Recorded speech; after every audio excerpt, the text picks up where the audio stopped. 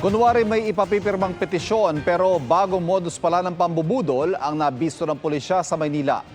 3 sa 6 na suspect ang arestado at yan ang tinutukan ni John Consulta. Exclusive. Sa kuha ng CCTV sa University Belt area sa Maynila, kita ang ilang kabataan habang naglalakad sa kalsada.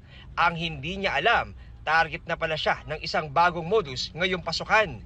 Maya-maya, makikitang kinakausap na sa isang restaurant ang target na biktima. Lalapitan nila ito, tatanungin kung nag-iisa yung biktima natin, tatanungin nila kung ano ang kanyang opinion sa anti-hazing law. Tapos magsisimula na yung discussion doon at kukumbinsihin na pumirma. Iiwanan niya yung gamit niya dito sa biktima natin at sasabihin, iwanan ko sa yung gamit ko, pupunta sa kabilang mesa at kunwari meron siyang pinipirmahan. Dito na lalapit ang ilang mga kabataan na kunwari makikinig pero mga kasabwat pala. Sa oras na nahawakan na ang kanyang gamit habang pumipirma sa kunwari petisyon, doon nagagalaw ang grupo para takutin ang biktima.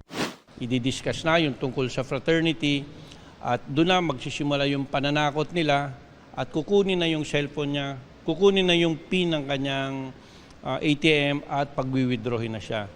Sa follow-up operation ng MPD Barbosa Police Station, naaresto ang 3 sa 6 na suspect at na-recover ang mga gamit na kanilang kinuha sa kanilang pinakahuling biktima. Swindling to, pambubudol at kadalasan binibiktima nila ay yung mga estudyante. Tinutugis pa natin itong 3 kasi baka makabuo na naman sila ng panibagong grupo dahil nakakulong yung 3 kasamahan nila.